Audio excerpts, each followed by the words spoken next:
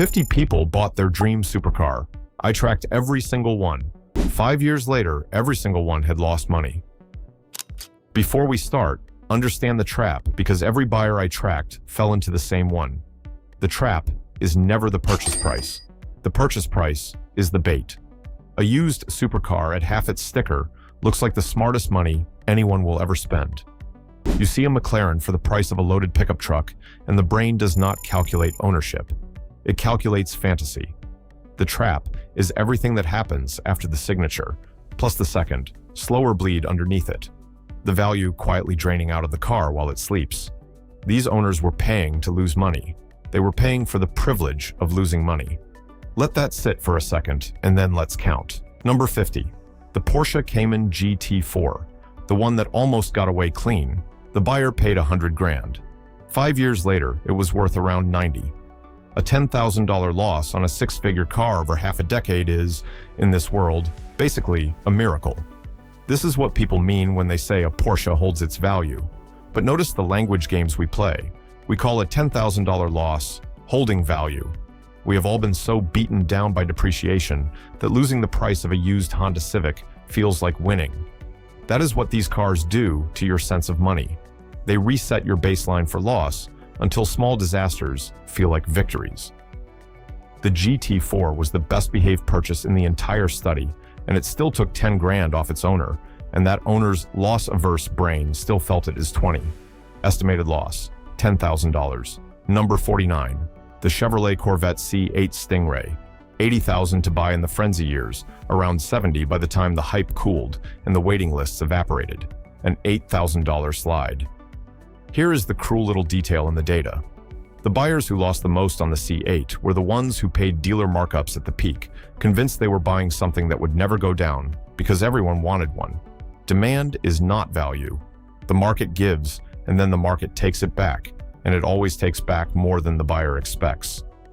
Estimated loss, $8,000 to $12,000.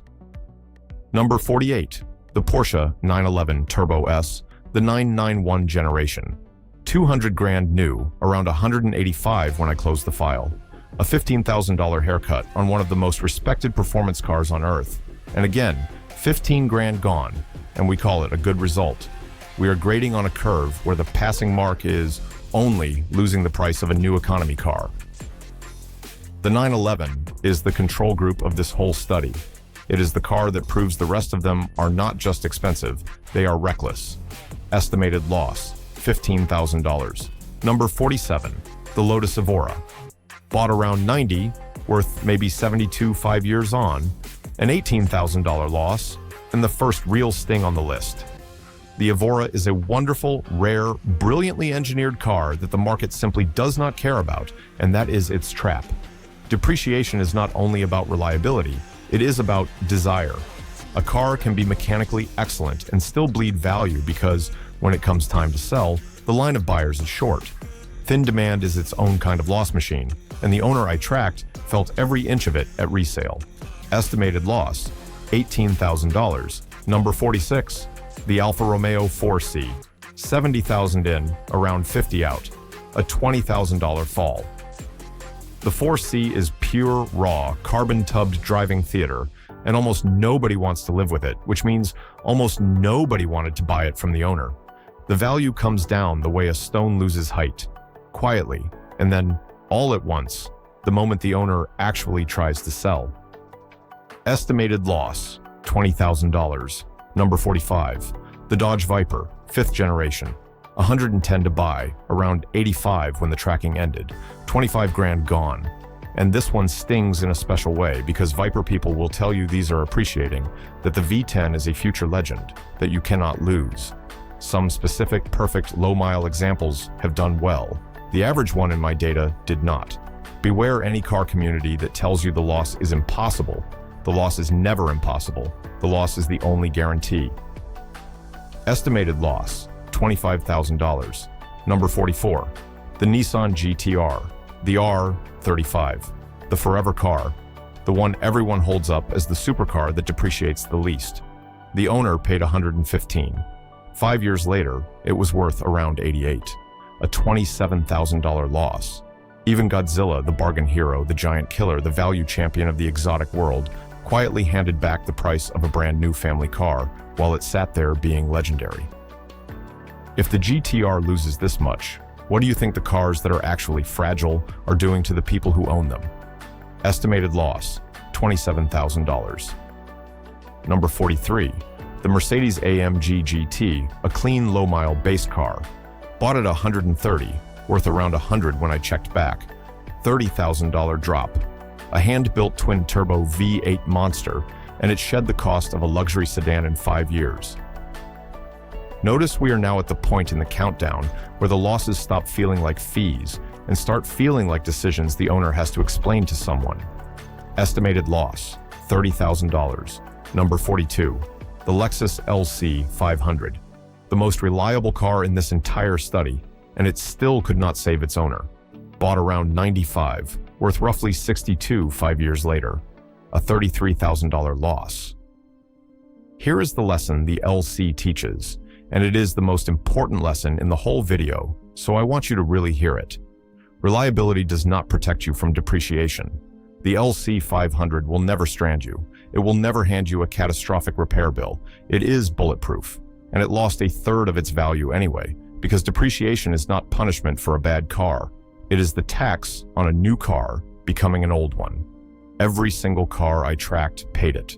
The reliable ones just lose the money without the drama. Estimated loss, $33,000.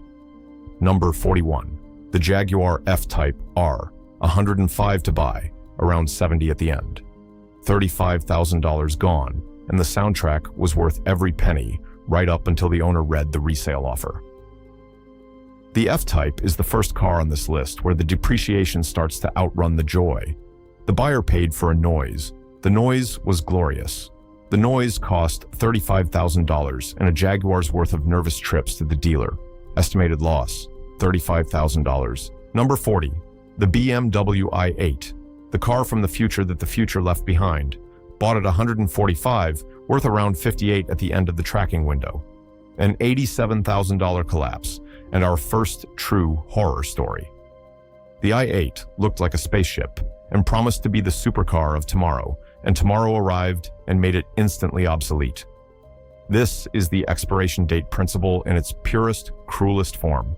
The technology that made it special in its launch year is exactly the technology that gutted its value, because nothing depreciates faster than yesterday's vision of the future. The i8 did not lose value because it was bad. It lost value because it was a prophecy, and prophecies have a shelf life. Estimated loss, $87,000. Number 39, the Acura NSX, the second generation. The other car from the future, and it got the same treatment. Bought at $160, worth around $105, a $55,000 loss. Brilliant, complicated, hybrid, ahead of its time, and the market shrugged. The NSX badge could not save the owner, because heritage does not pay your depreciation. Heritage is a story you tell yourself while the number on the spreadsheet goes down. Estimated loss, $55,000. Number 38, the McLaren 600 LT, bought at $240 as a hardcore, limited, track-focused special, worth around $185 years later. A $60,000 loss on a car that was supposed to be the good McLaren, the collectible one, the one that holds. Even the special editions bleed. They just bleed slower, and the buyer pays more up front for the privilege of bleeding slower. Estimated loss, $60,000. Number 37. The Porsche 911, Turbo, the 997 generation. This was a used purchase well into the car's life, bought at around $90, worth around $62 5 years later. A $28,000 slide, even near the bottom of the curve. The lesson here is brutal and important. The depreciation does not stop when the car gets cheap. It just gets slower and meaner, and now the repair bills are climbing to meet it. Estimated loss in the window I tracked, $28,000. Number 36, the Lamborghini Gallardo. The car that made Lamborghini a real company again, bought at around $140, worth around $105, a $35,000 loss.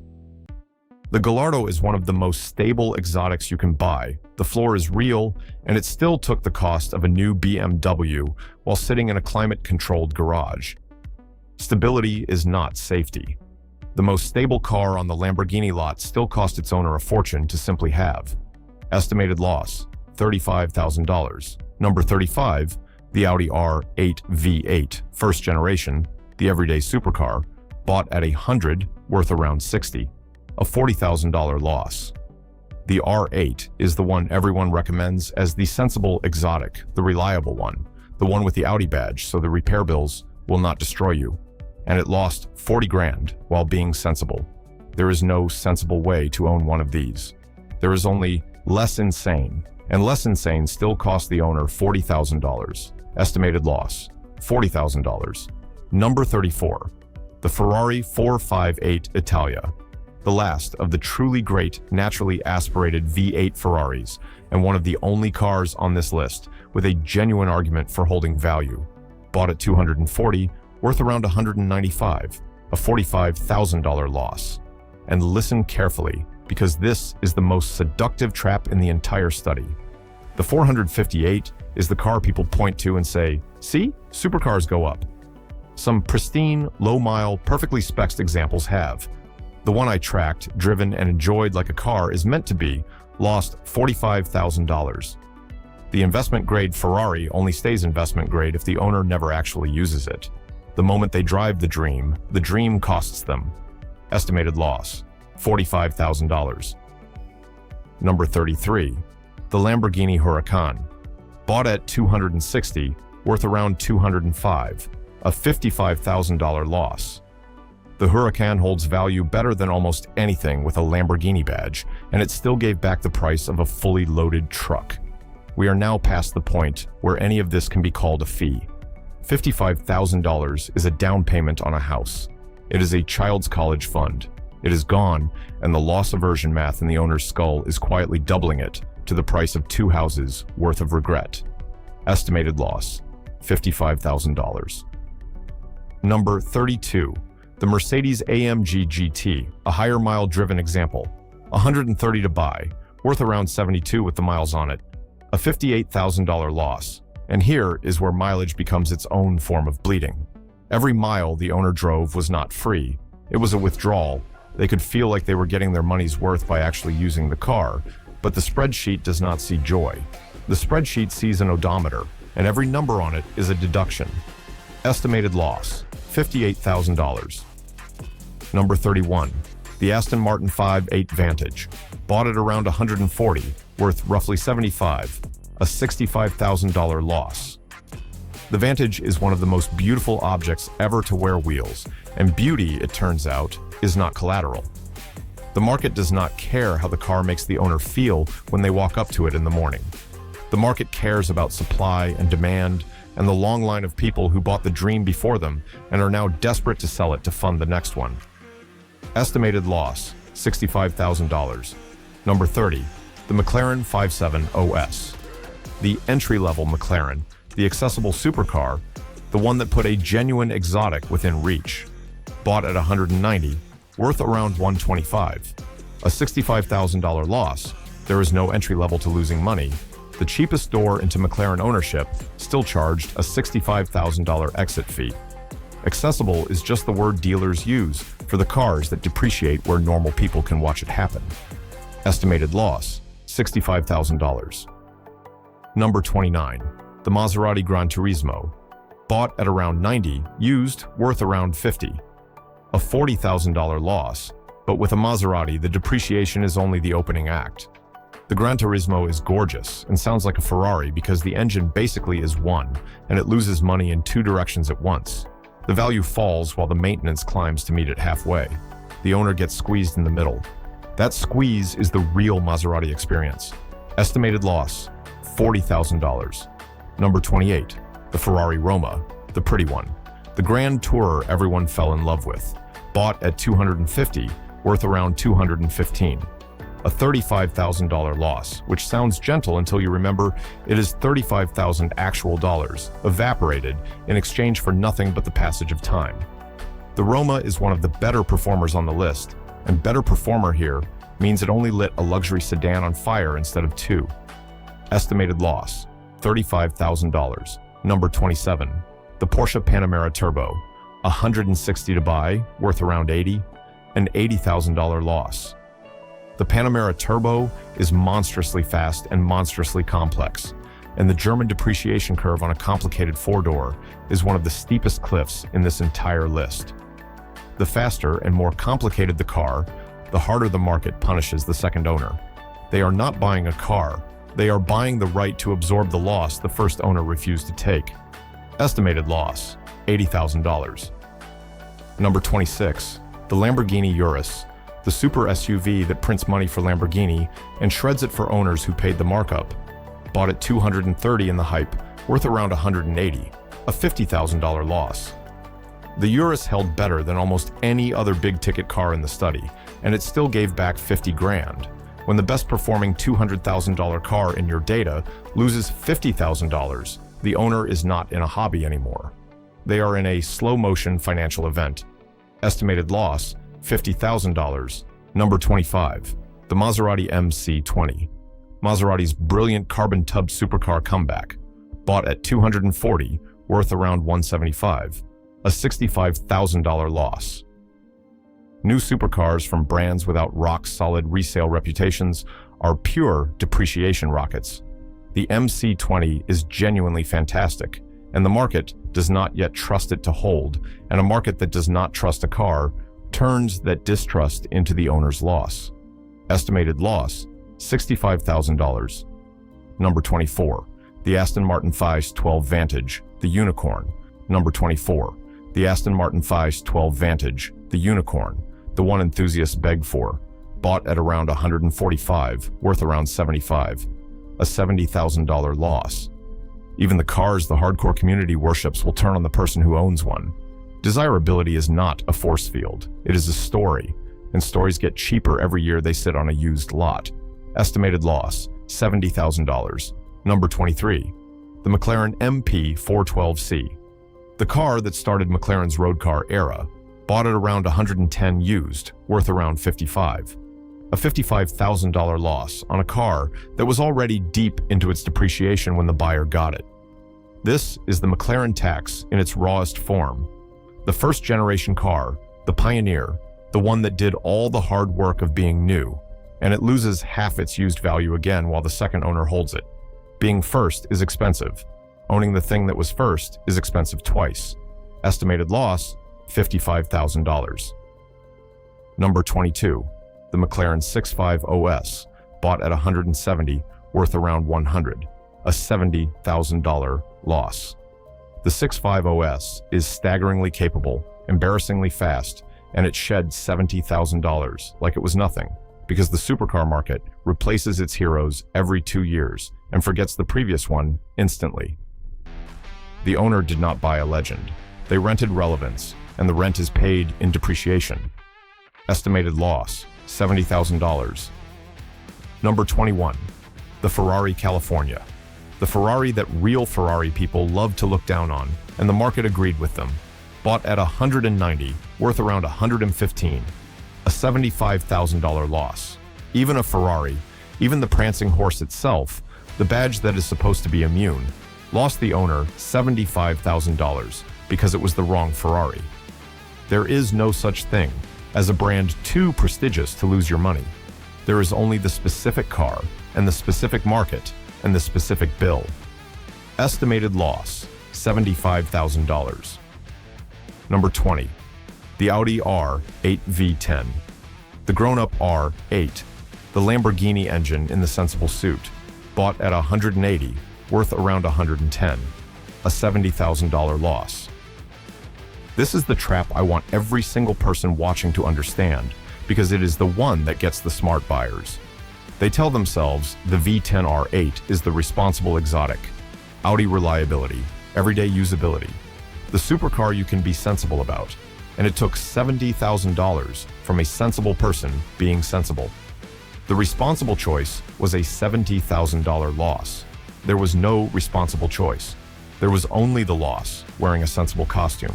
Estimated loss, $70,000. Number 19, the Maserati Levante. The Maserati SUV nobody asked for, and the depreciation chart everyone should have predicted. Bought at $90, worth around $40. a $50,000 loss, and the percentage is the horror. More than half its value gone on a vehicle whose entire job was to be a practical Maserati. There is no practical Maserati. There is only a Maserati, and the slow, certain erosion of everything the owner paid for it. Estimated loss, $50,000. Number 18, the Mercedes SLS AMG, the Gullwing, the modern legend, the one that was supposed to be a guaranteed future classic, bought at around $190, worth around $125, a $65,000 loss. Some perfect garage-kept ultra-low-mile SLS examples have started to climb. The drivable, livable, actually enjoyed one I tracked, lost $65,000 first. Future classic is a phrase that costs the owner money in the present so that somebody else might profit in a future they will not be the owner in. Estimated loss, $65,000. Number 17, the Ferrari 488 GTB, the turbocharged 458 successor, bought at $290, worth around $205, an $85,000 loss. We are now in the part of the list where the losses stop being the price of a car and start being the price of a small house. $85,000 on a Ferrari that was, by every measure, a brilliant and desirable car. Desirable and brilliant lost the owner 85 grand. Imagine what mediocre does. Estimated loss, $85,000.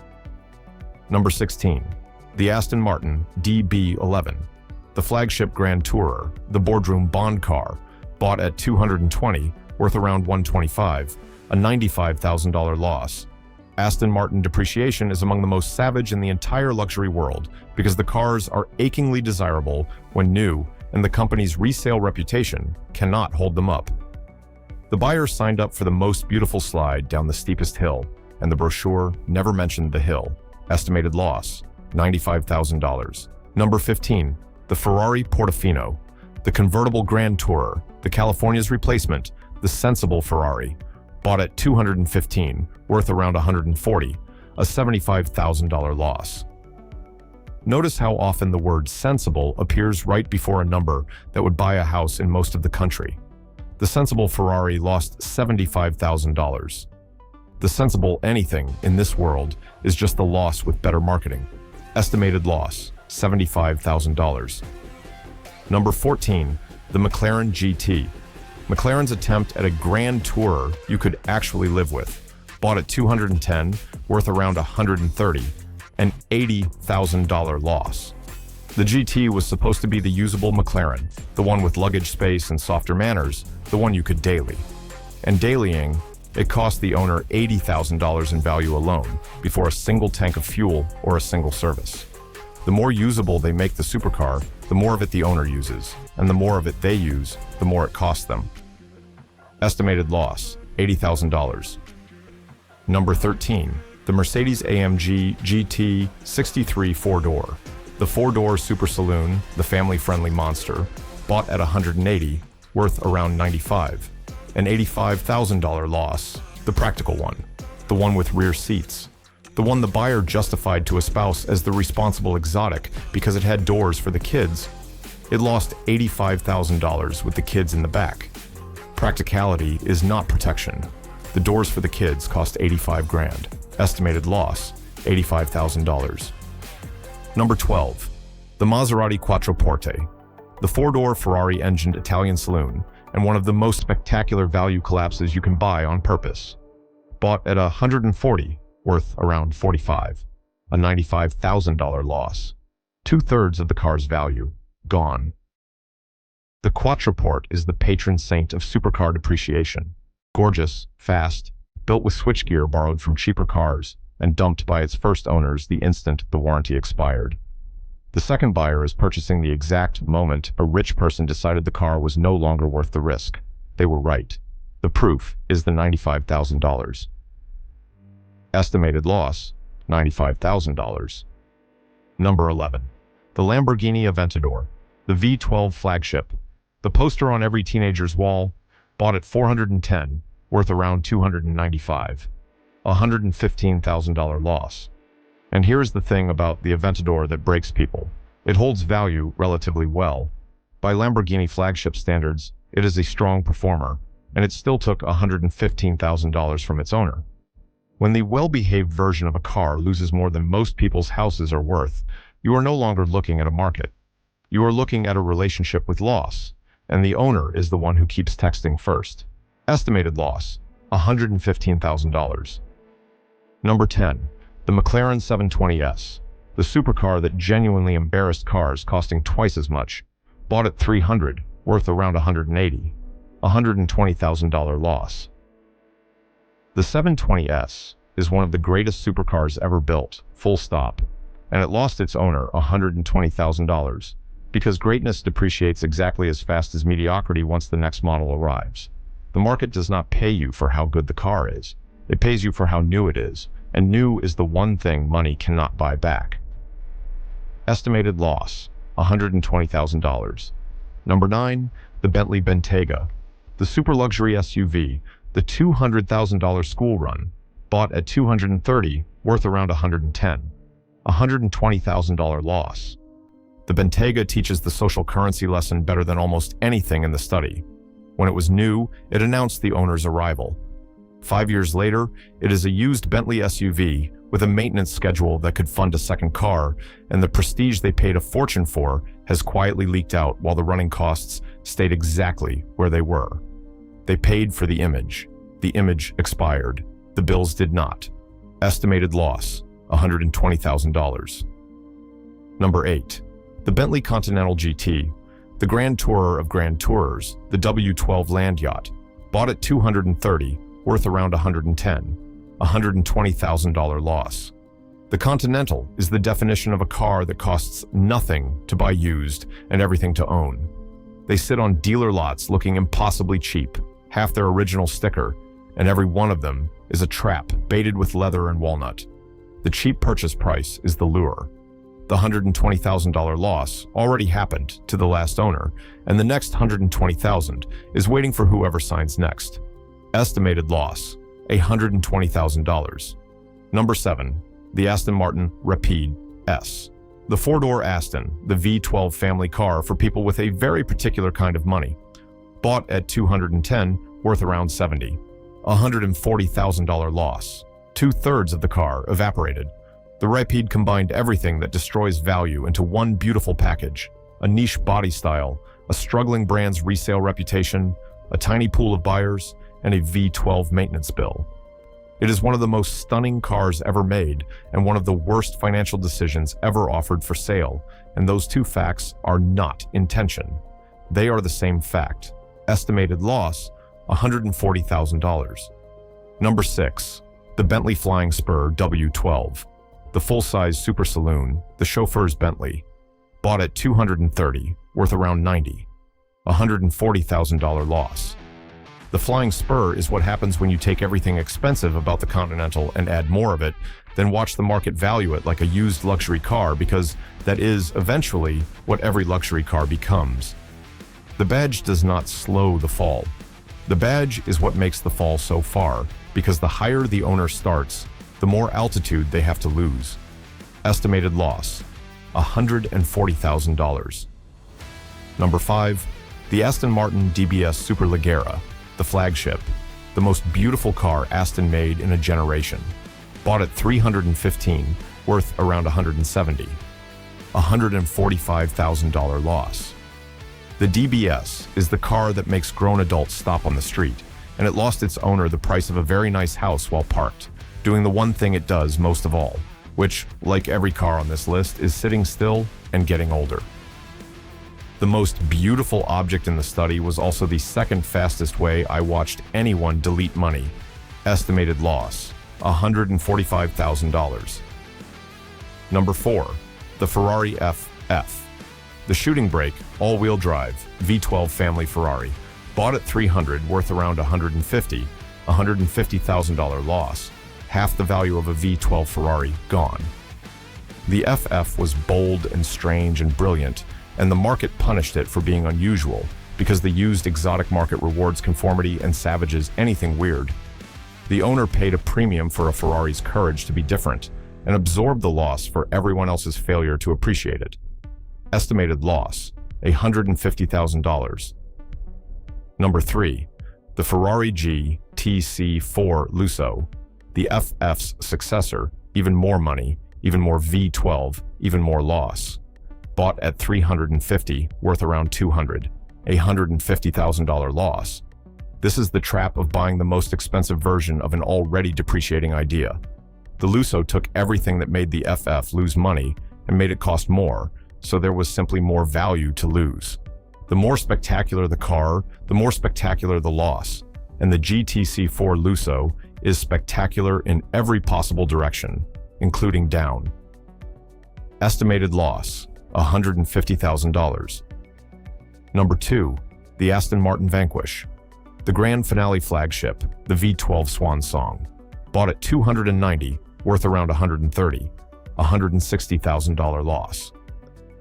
The Vanquish is everything Aston Martin knows how to do, perfected, and it gave back more than half its value while being perfect. There is a pattern by now, and you have surely seen it. The cars at the top of this list are not the bad ones. They are the best ones. The flagships, the halo cars, the dream machines. The dream is the most expensive thing anyone can buy, because the dream is the thing that loses the most when the owner wakes up. Estimated loss, $160,000. And number 1, the car that took more from its owner than any other in 5 years of tracking. The Rolls-Royce Wraith, the grandest grand tourer in the world, the V12 coupe the size of a small yacht. Bought at $330,000.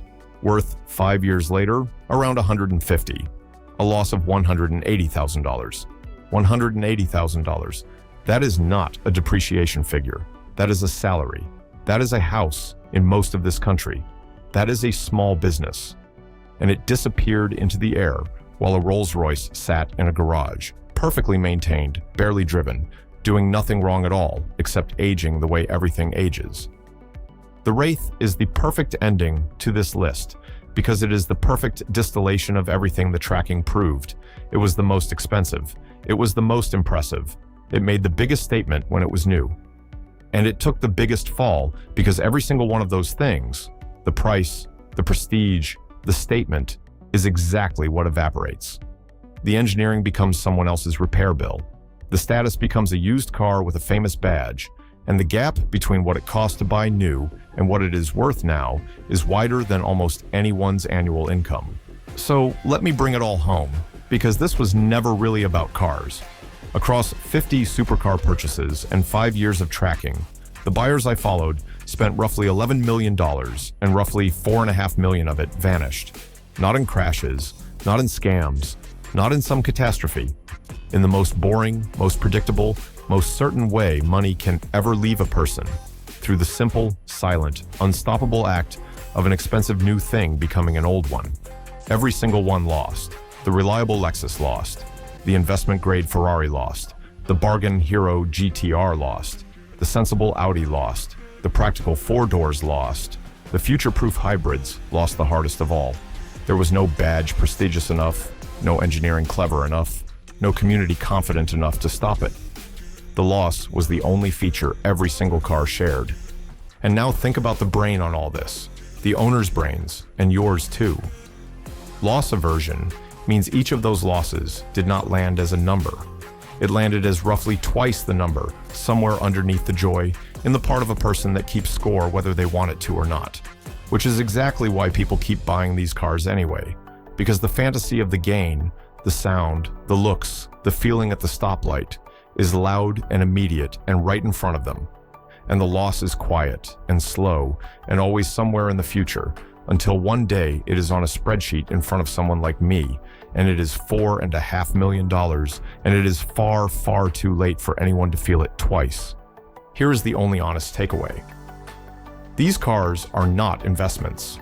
A small handful of perfect, unused lottery ticket examples might be, but the ones people actually want, the ones you would drive and love and enjoy, are lost delivery machines wearing the most beautiful bodywork ever designed. They are built to take an owner's money slowly while convincing them they are the one in control. So before you sign for the dream, and I know some of you are going to, I can see the exact car you are picturing right now, do the one thing nobody selling you the car will ever do. Open the spreadsheet. find out what the last owner lost. Because that number is not a warning about the car.